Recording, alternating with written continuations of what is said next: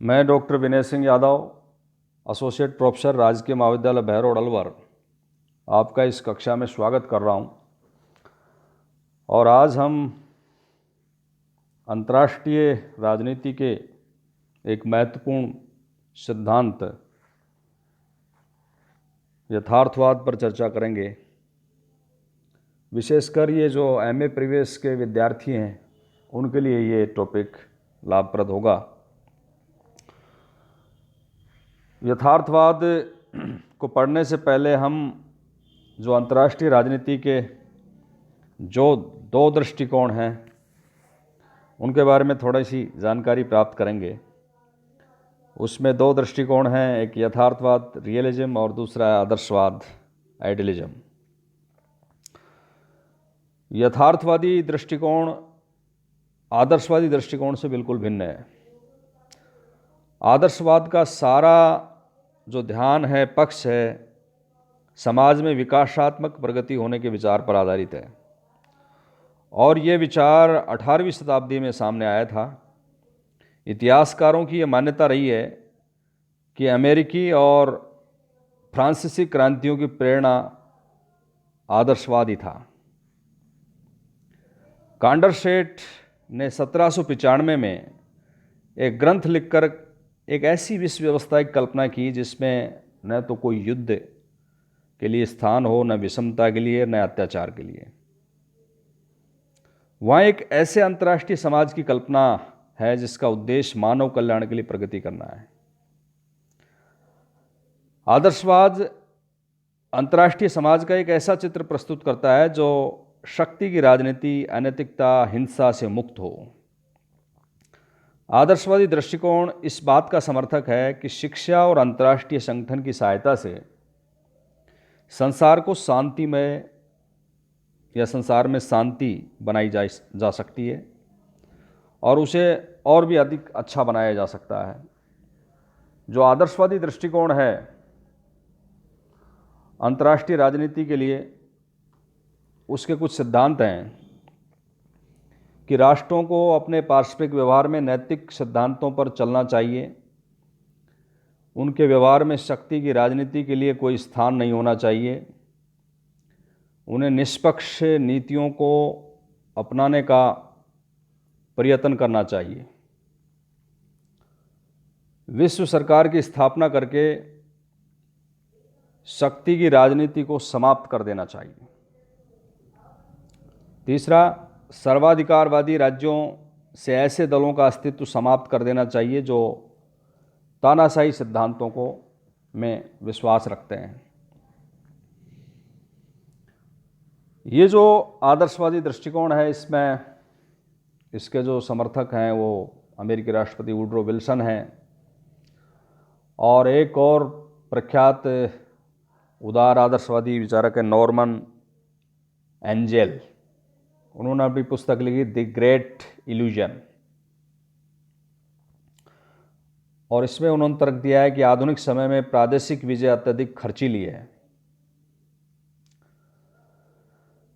इसके बाद हम बात करें यथार्थवादी दृष्टिकोण की, तो यथार्थवादी दृष्टिकोण की बुनियादी मान्यता यह है कि राष्ट्रों के बीच विरोध और संघर्ष किसी न किसी रूप में बना रहता है। यथार्थवादी इन विरोधों संघर्षों को कोई आकस्मिक घटना नहीं मानते कि ये कोई अचानक से हो गई हो, ऐसा नहीं है। उनका मानना है कि अंतर्राष्ट्रीय राजनीति में ये एक निरंतर चलने वाली प्रोसेस है, निरंतर चलने वाली प्रक्रिया है। उनका ये भी मानना है कि अंतर्राष्ट्रीय राजनीति में शक्ति या प्रभाव के लिए निरंतर प्रयत्न होते रहते हैं और कोई अंतर्राष्ट्रीय कानून इसको कंट्रोल नहीं कर सकता, कोई अंतर्राष्ट्रीय कानून इसे नियंत्रित नहीं कर सकता। नीति निर्धारकों का मुख्य कार्य ऐसी विदेश नीति बनाना है जिससे शक्ति की होड़ में वो बराबर आगे बने रहें और ये तभी संभव हो सकता है जब शक्ति संतुलन अपने पक्ष में बनाए रखने के प्रयत्न किए जाएं। तो यथार्थवाद शक्ति संघर्ष में आगे रहने को अपना उद्देश्य मानता है और उसके लिए किसी भी साधन के प्रयोग करने में ये नैतिकता या अनैतिकता का प्रश्न नहीं उठाना चाहिए।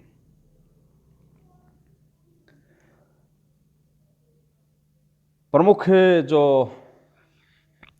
यथार्थवादी विचारक हैं उनके अंतर्गत राइनल्ड नेबूर है, E.H. कार है, जॉर्ज कैनन है और हैंस जे मार्गन्थाउ है। परंतु सबसे पहले मार्गन्थाउ ने 20वीं सदी में अपनी पुस्तक पॉलिटिक्स अमॉन्ग नेशंस में अंतर्राष्ट्रीय राजनीति में इस यथार्थवादी सिद्धांत को एक सैद्धांतिक रूप प्रदान किया। मार्गन्थाउ के अनुसार अंतर्राष्ट्रीय राजनीति की प्रमुख जो कुंजी है वो राष्ट्रीयता है। मार्गन्थाउ राष्ट्रहित को शक्ति कहकर पुकारता है और मार्गन्थाउ अपना एक विशेष शक्तिवादी दृष्टिकोण प्रस्तुत करता है। इसे पावर अप्रोच कहा जाता है।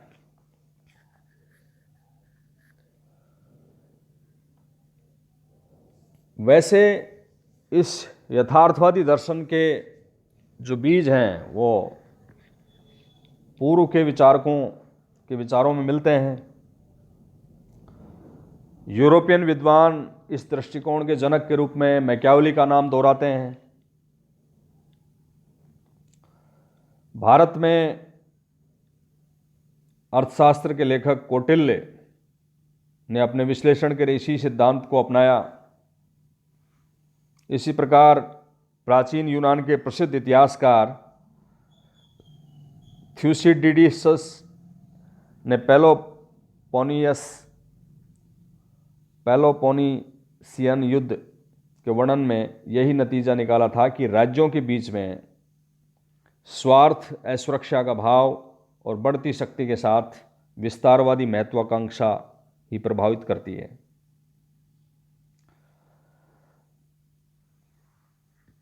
अंतर्राष्ट्रीय राजनीति में मार्गन्थाउ ये मानते हैं कि शक्ति को वो अंतर्राष्ट्रीय राजनीति का केंद्र बिंदु मानते हैं और मार्गन्थाउ का ये कहना है कि उनका दर्शन यथार्थवादी है और यथार्थवादी इसलिए है कि वह मानव स्वभाव को उसी वास्तविक रूप में देखता है जो इतिहास में अनादिकाल में बार बार वो परिलक्षित होता रहता है।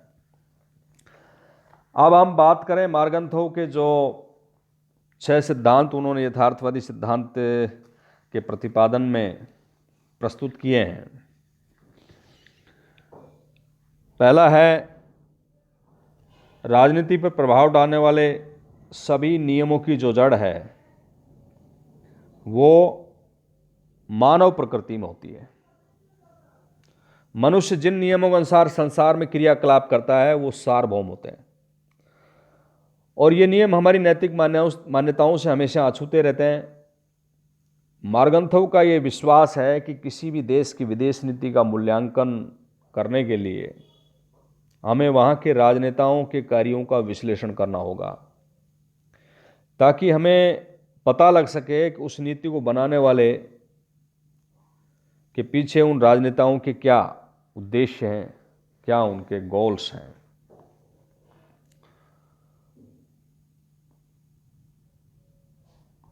ये मार्गन्थाउ का पहला सिद्धांत है कि अंतर्राष्ट्रीय राजनीति पर प्रभाव डालने वाले जो नियम हैं उनको यदि हमें अध्ययन करना है तो मानव प्रकृति में उनका अध्ययन करना चाहिए। जो नीति नियंता हैं उनका विश्लेषण करना चाहिए। दूसरा है राष्ट्रीय हित की प्रधानता। मार्गन्थाउ ने राष्ट्रहित की परिभाषा जो है वो शक्ति के संदर्भ में दी है। यथार्थवादी सिद्धांत इस बात को नहीं देखता है कि अंतर्राष्ट्रीय राजनीति में क्या होना चाहिए अथवा उसमें क्या नैतिक है क्या अनैतिक है। वो तो केवल उन्हीं संभावनाओं की ओर देखता है और ध्यान देता है जो किसी राष्ट्र के काल, स्थान, परिस्थितियों के अंदर आती हैं। मार्गन्थव का मानना है कि वही विदेश नीति सफल समझी जानी चाहिए जो राजनीतिक आवश्यकताओं को सफलतापूर्वक पूरा करती हो। मार्गन्थव शक्ति को साध्य और राष्ट्रीय हित को साधन मानता है। मार्गन्थव का कहना है कि राष्ट्र के हितों की पूर्ति शक्ति के माध्यम से ही संभव है। जब एक राष्ट्र शक्ति प्राप्त कर लेता है तो उसके राष्ट्रीय हितों की प्राप्ति स्वतः ही होने लगती है। तीसरा है, राष्ट्रीय हित का कोई निश्चित अर्थ नहीं होता।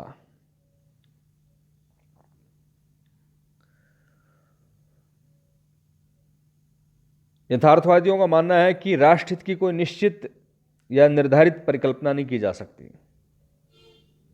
आवश्यकता के अनुसार शक्ति के संदर्भ में राष्ट्रहित की कल्पना में हेरफेर या अदला बदली करते रहना आवश्यक होता है। इस तरह से मार्गन्थव का विचार है कि अंतर्राष्ट्रीय राजनीति के मूल तत्व जो हैं स्थायी हैं, परंतु परिस्थितियों में हेरफेर होता रहता है और एक सफल राजनेता के लिए आवश्यक है कि वो इस हेरफेर का ख्याल रखे। आगे चलकर हम राष्ट्रीय शक्ति का जब अध्ययन करेंगे तो उसमें मार्गन्थव के अनुसार राष्ट्रीय हित दो प्रकार के होते हैं। स्थिर हित यानी मार्मिक हित, जैसे राष्ट्रीय एकता है, अखंडता है, भौगोलिक सुरक्षा है। दूसरा अस्थिर या अमार्मिक राष्ट्रीय हित, जैसे सामाजिक, आर्थिक, सांस्कृतिक हित हैं। मार्गन्थव का ये मानना है कि अस्थिर हित परिस्थितियों के अनुसार परिवर्तित होते रहते हैं, इसलिए वो कहता है कि राष्ट्रीय हित का कोई निश्चित अर्थ नहीं होता। एक है विवेक राजनीति का उच्चतम मूल्य है।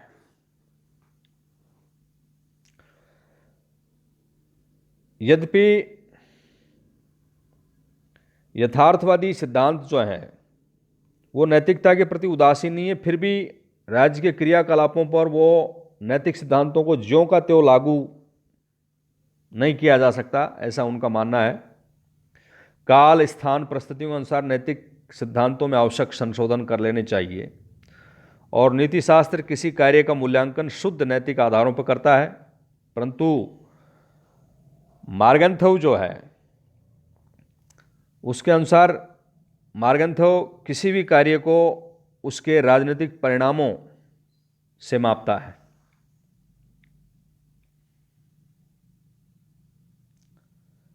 हर राष्ट्र का विवेक ही उसकी राजनीति का आधार है। कोई भी राष्ट्र नैतिकता के नाम पर अपने अस्तित्व को समाप्त नहीं कर सकता। एक राष्ट्र की नैतिकता राष्ट्रीय हितों पर आधारित होती है और हर राष्ट्र की नैतिकता इसी में निहित है कि वह अपनी शक्ति का विस्तार करे, जनता के हितों की पूर्ति करे। तो ये चौथा नियम है कि विवेक राजनीति का उच्चतम मूल्य है। पांचवा जो नियम है यथार्थवादी सिद्धांत का वो है कि राष्ट्रीय नैतिक नियम और सार्वभौमिक नैतिक नियमों से ये भिन्न होते हैं। यथार्थवादी दृष्टिकोण का एक तत्व यह है कि किसी राष्ट्र के जो नैतिक मूल्य होते हैं वो हमारे सार्वभौम नैतिक मूल्यों के बीच में उनमें कोई स्थायी संबंध नहीं है। यथार्थवादी दर्शन प्रत्येक राष्ट्र को एक ऐसे राजनीतिक कर्ता के रूप में देखता है जो हमेशा शक्ति के माध्यम से अपने हितों की कार्य सिद्धि में लगे रहते हैं। मार्गन्थव के अनुसार राष्ट्र की नैतिकता राष्ट्र की शक्ति के विस्तार, राष्ट्रीय हितों की पूर्ति में निहित है, जबकि सार्वभौमिक नैतिक नियम शांति, त्याग, युद्ध उन्मूलन इत्यादि की बात करते हैं। कोई भी राष्ट्र अंतर्राष्ट्रीय शांति के लिए अपने अस्तित्व को खतरे में नहीं डाल सकता। आवश्यकता पड़ने पर उसको युद्ध का प्रयोग राष्ट्र की नैतिकता के लिए करना पड़ता है। इस प्रकार राष्ट्र के नैतिक नियमों से सार्वभौमिक नैतिक नियम भिन्न होता है। और एक है अंतर्राष्ट्रीय राजनीतिक स्वायत्तता। राजनीतिक यथार्थवाद का अंतिम नियम यह है कि राजनीति के क्षेत्र की स्वायत्तता में वो विश्वास करता है। राजनीतिक यथार्थवाद गैर राजनीतिक नियमों अथवा तत्वों की उपेक्षा नहीं करता, पर वह उन्हीं राजनीतिक नियमों उनको राजनीतिक नियमों के अधीन मानता है। इस प्रकार यथार्थवाद अंतर्राष्ट्रीय समस्या के कानूनी, नैतिक, राजनीतिक पक्षों को के उचित समन्वय पर वो बल देता है, और राजनीतिक यथार्थवाद मानव स्वभाव के बहुलवादी रूप को वो स्वीकार करता है। यथार्थवादी विचारकों का ये मानना है कि अंतर्राष्ट्रीय राजनीति उसी प्रकार से स्वतंत्र और स्वायत्त विषय है